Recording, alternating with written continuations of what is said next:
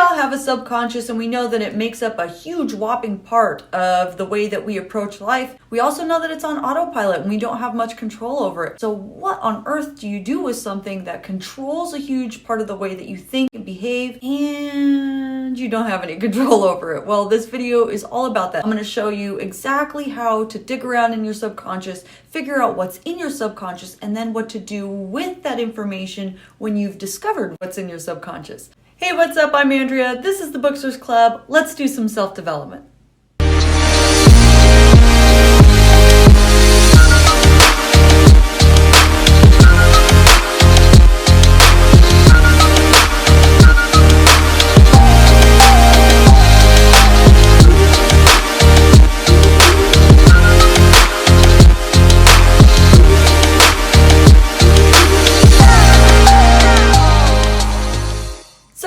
Figure out exactly what is in your subconscious. What are the things that you believe about yourself that maybe might not be serving you? The first thing is your pain. Your pain is a huge flag as to what it is that's wrong with you. And the reason for this is because not that it causes you pain. Why does it cause you pain? So if something really hurts you or bothers you, or you can think back to some trauma, ask yourself, what about that bothered me so much? Really will shift you into what type of thought processes and beliefs you have about yourself. The next thing are your dreams. Go to someone and explain your dream to them, not so that they can interpret it for you or explain the dream to you. It's more so to understand and work your dream through your rational mind. When we keep things in our minds, they don't make sense. But when we verbalize them, we start to say, that's so weird. It made sense in my dream, but saying it out loud doesn't make any sense. Then ask yourself how you felt in that moment, or talk about what made you feel that way. Your feelings are going to take you to what it is in your subconscious that you're really trying to avoid or afraid of. And dreams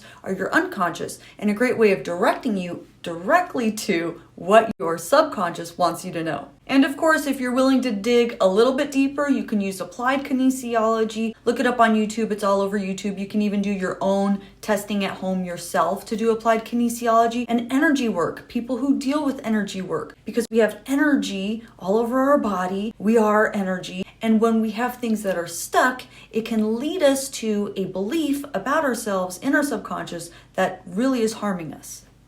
And why on earth would your subconscious hold on to beliefs that don't serve you or are harming you? Well, it doesn't really care about what's harming you or not. It actually is completely impartial. What it's holding on to is trauma. Anytime you've experienced any type of a traumatic experience, and they don't have to be bad, they can be good trauma, but impactful, your mind tends to hold on to that as a protection mechanism to say, hey, in the future, I have some files on this event. And your subconscious can pick up messages from all kinds of places and store it for later. Something that your parents said, something that you heard in passing that wasn't even directed towards you, a commercial. Your subconscious doesn't really know whether or not it's a good belief or a bad belief that it has. All that it knows is that when your conscious and your subconscious are in conflict with each other.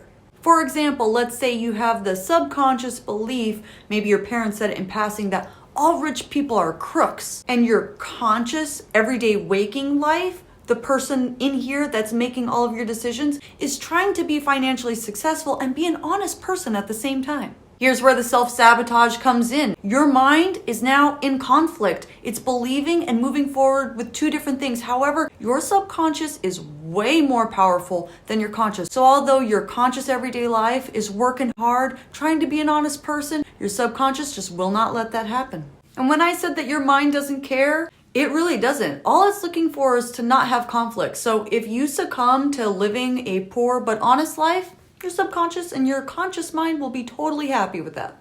The key here is to bring them out of conflict. But how does something like your subconscious, which is so powerful, succumb to your conscious? Well, when you identify a subconscious thought, you constantly bring that to the surface by paying attention in your everyday waking life when that subconscious thought comes into play. When it does come into play, acknowledge it, recognize it. When you make subconscious things conscious, they're no longer subconscious because they become conscious. Doing energy work or even having some of those breakthrough moments where it's a little bit emotional is really important in removing that subconscious thought, because it's that trauma that creates a new subconscious thought in its place that kind of overrides it. So it is kind of important to cry it out a little bit. Doing all of this work is definitely worth it though. In this book, The Power of Your Subconscious Mind by Joseph Murphy, he says that a knowledge of the interaction of your conscious and subconscious mind will enable you to transform your whole life.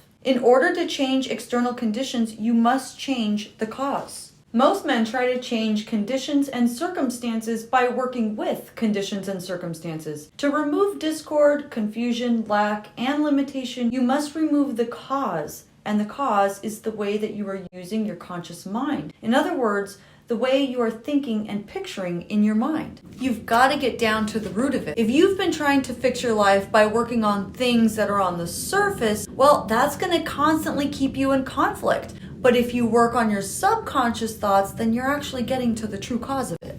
Your subconscious is powerful, but so are you. You're the one that created your subconscious, and you can recreate it however you want. Consider subscribing to this channel because I read a different book every night, read until I find something interesting, and then I share it here with you. So I'll see you later, Booksters.